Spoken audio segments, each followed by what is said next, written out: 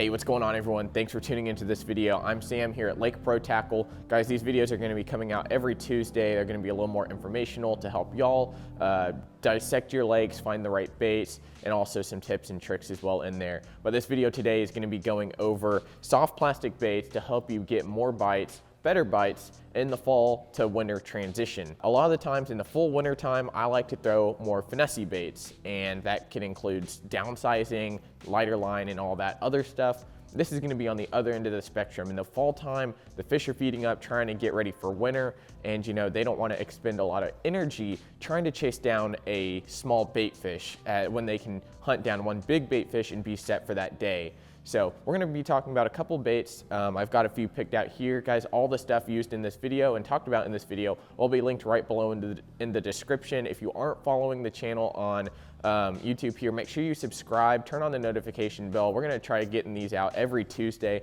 as well as some extra bonus episodes throughout the week. So again, follow the social media as well, and we're going to go ahead and hop into this video. All right, so first bait up, I'm going to start with one of my favorites this time of year.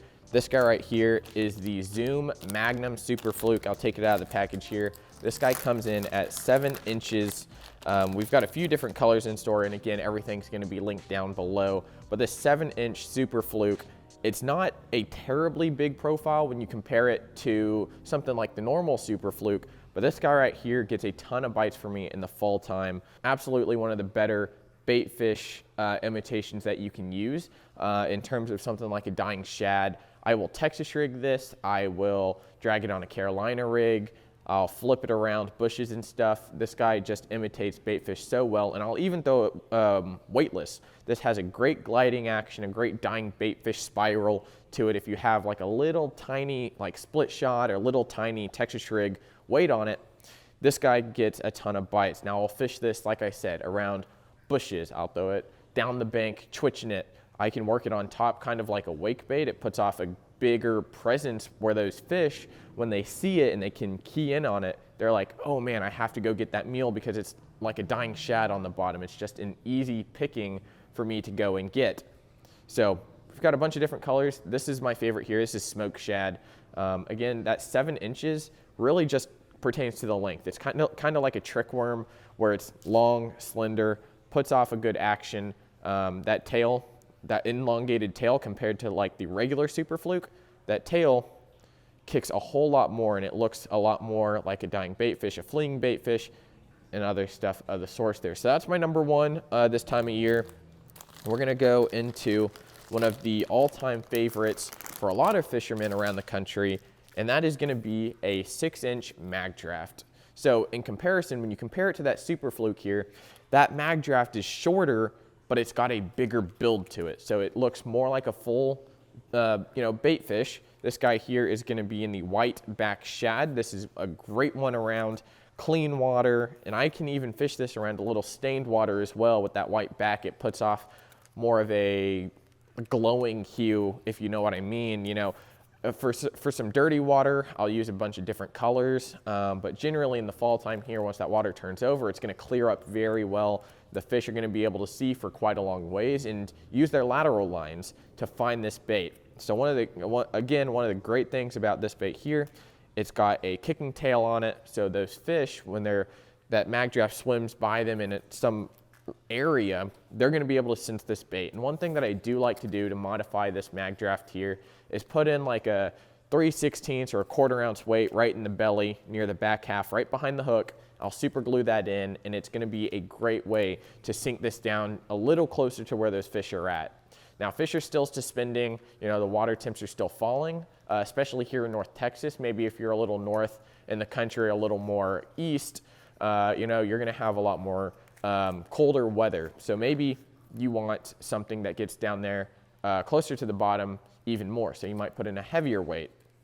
I'll usually fish this guy here on around 15, 16 pound line. 15 pound of Brazex is what I'd recommend for this guy here. I'll throw it on around a 7'5" to 7'6" rod, medium, heavy, moderate, kind of like my deep crankbait rod, to where I can just kind of slow roll this with like a 6-speed gear ratio reel. It doesn't have to be A 200 size reel, even you can throw it on 150s. One of my favorites is going to be like the Corrado 150 MGL. I've thrown it on Corrado Ks, 13 Fishing Concept C3 or C2s. Bunch of different reels can throw this. You don't need big heavy equipment because it's not that heavy. It's only about, I mean, it's less than an ounce. No, yeah, it's an ounce to an ounce and a quarter. But when you weight that, you know, it's going to be around that ounce and a quarter. So it's not terribly heavy, and you don't have to set the hook very hard with these because of the treble hook. More or less just kind of reel it along, and if they eat it, give it a second and kind of pull into them, and they're going to get hooked really well there.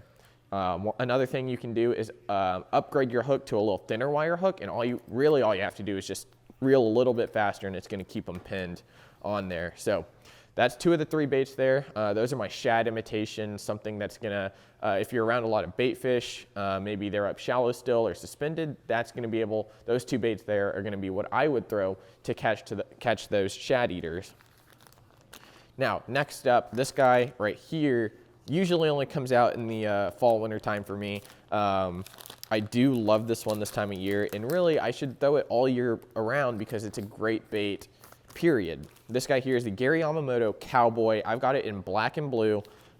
This bait right here, it's a very interesting bait. So it's got a about 2-inch body. It's a thicker body, so it puts off a bigger presentation, and it also has 2 kind of grub style little pinchers down here. So I like to throw this on a Texas rig. I'll start off with that, around 14, 15 pound line on a light Texas rig. So I'll drag this around bushes and rocky transition areas. And if you haven't watched our last video, head over to the last video that we posted. We went over the top hard baits, talk about a bunch of crankbaits that I like to throw in the wintertime around these areas, and the transition banks that I like to target with those crankbaits. If I can't get them to eat the crankbait, but I still know they're there, I'm gonna drag this guy on the bottom. It's a nice, compact, bulky profile that puts off a good amount of action that gets those fish's attention. You know, in transition, if you're still having a little bit muddier water or a little more water that has more particles in it, this is gonna be a great one for you. Again, those twin tails are gonna put off a lot of action in there. It's loaded with salt, so this guy right here will sink down to the bottom, and that salt's just gonna go through that bait and attract a lot of those fish. Next up, we're gonna move on to one of the all-time favorites, very similar to the Zoom Speed Worm. This is the Strike King Cutter Worm. This guy here is gonna be in the 7-inch 6-pack. This is the sprayed grass, or rock candy color. And it is basically a Senko with a cutter tail. So this is like a Rage Menace, half of a Rage Menace basically with a longer body. Again, this guy I'm gonna drag in those same areas. You can still flip it into bushes, do whatever you want with it. But again, those rocky transition areas, I will put this on around a 1/4 ounce to up to a 1/2 ounce head, just kind of drag it around. You can still throw it on a shaky head. It's heavy enough, it's got a lot of salt in it, and it's got that coffee smell, which smells really good. I'll leave one of the packs open in my car, and my car will smell like coffee for a little bit. But this guy here, it's got a great plastic on it. It's not very stiff at all, so it kind of flows however you want to fish it. Again, still throwing around 15-pound line on this guy here. 7'2" to 7'5" rod is going to get you done, medium heavy. If you're fishing a little shallower, maybe you might go up to a heavy if you're fishing a little bit deeper. This guy right here, going to get you a ton of bites. That little cutter tail just flaps as you reel it along. Tim loves a wobble head. This is going to be a great wobble head bait as well if you're trying to cover water. You go down your banks, and with the wobble head, you don't really drag it like a Texas rig a lot of the time. With the wobble head, you're going to more or less kind of reel it along the bottom. That tail's going to kick up a lot of action, and this bait here is going to get you a lot of bites. All right, last up. This is one of the hottest baits to hit the market when they came out a little bit ago. It's something that you may not have heard of, but we do have in store here. If you have heard of it, you know why they're so good. This is the Berkley Max Scent. This is the Magnum Hitworm. So they make 2 sizes in this. The regular Hitworm's about half the size. This Magnum here is in a 7-inch. So, you know, I'm really hitting around that 7 to 8-inch profile range. And with the Max Scent, you can't go wrong with it. It attracts so many fish. The fish hold on to it longer. I would open this package, but I don't want my hands to smell like that Mac scent. So I'm gonna leave it up to your imagination. You can go down in the description here, check these out, see what they look like. But they're trick worms basically, with the Mac scent built into them. The plastic is a lot more durable than something of your traditional plastic. So if you've used any of the Mac scent already, you know that plastic's pretty durable. And that's what these Magnum hitworms are. I just wanted to let y'all know, I love Nico rigging these and shaky heading these. You know, a Nico rig, you're gonna want a little bit bigger hook for this one and a little heavier weight just because it's so long. And as you fish it off the bottom, and one thing I will say, I'm gonna use this cutter worm as an example here. Let's say this was your hitworm.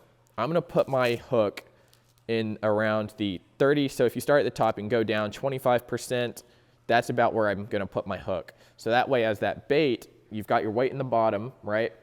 As you're dragging it along, that hook is at that top portion, so that worm, since it's so long, it stands up very well off the bottom and can create a lot of commotion. Instead of, if you have it at the very bottom here, that worm's gonna keel over and it's not gonna look that big at all. It's not gonna look good on the bottom. And that's one of my secrets of the Nico rig, Neko rig, whatever you wanna call it.